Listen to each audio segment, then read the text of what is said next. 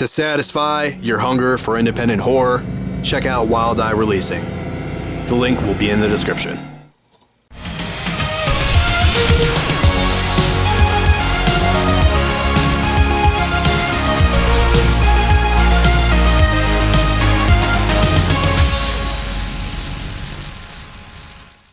I'm gonna give you some terrible thrill, like a science fiction double feature. Dr. X.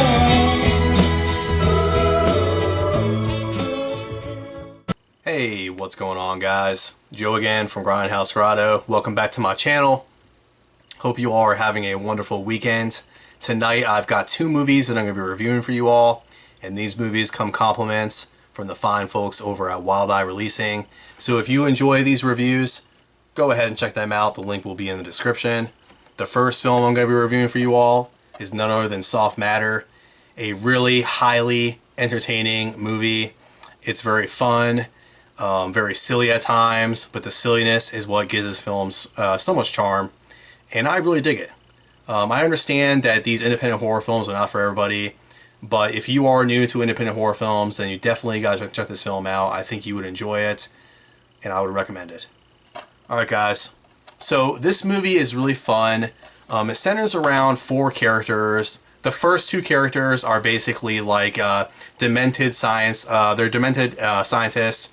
and they are working out of this abandoned building that happens to be haunted. And they have this ooze that they found from the ocean that comes from this sea creature. And they are using this ooze to experiment on their patients. And what they are trying to achieve is they are trying to kind of find the fountain of youth. They are trying to prolong people's life or maybe even reanimate people. So they got that aspect of the film going on.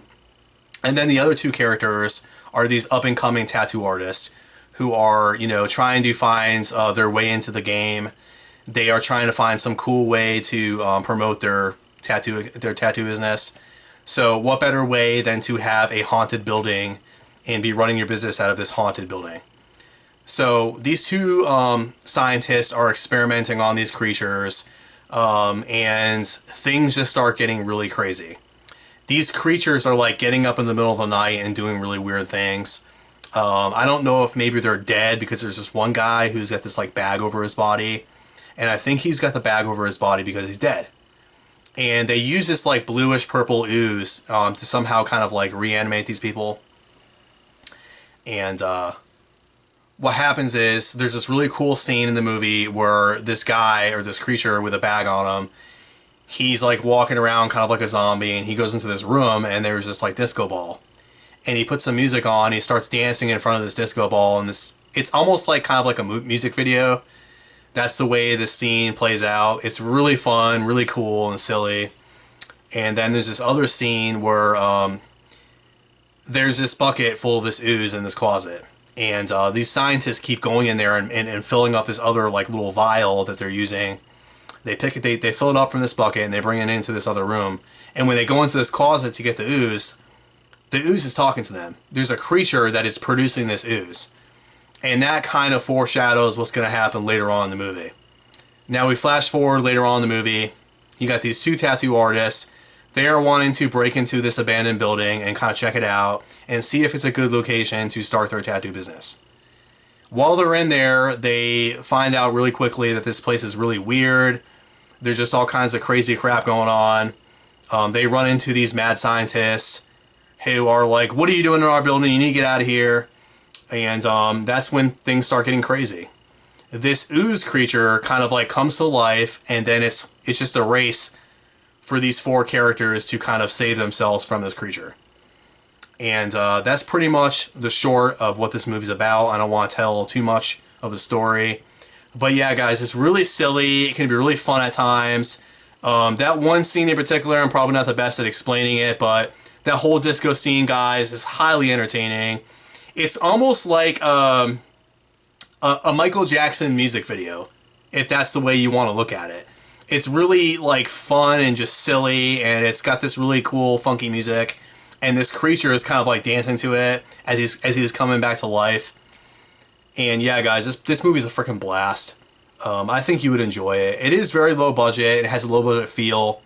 But if you can look past that, this film is phenomenal, guys. I really enjoyed it a lot. That is the first film. The second film I'm going to be reviewing for you all is none other than Party Night. And this centers around a group of 6 high school kids. And it's prom night, and they want to go to this guy's cabin in the woods instead of going to the prom. Because, like every teen, they want to get drunk, they want to party, they don't want to go to this lame prom night that everybody else goes to. So one of the male teenagers is like, hey, my uncle's got this cabin in the woods that we can go party at. And there's been this killer on the loose who has been abducting and killing people in the area. And unbeknownst to these 6 teenagers, he happens to be in this area of where this cabin's at. So they go out to this cabin, and you get this typical back and forth dialogue between these people. It definitely pays homage to a lot of earlier slasher films from the 80s.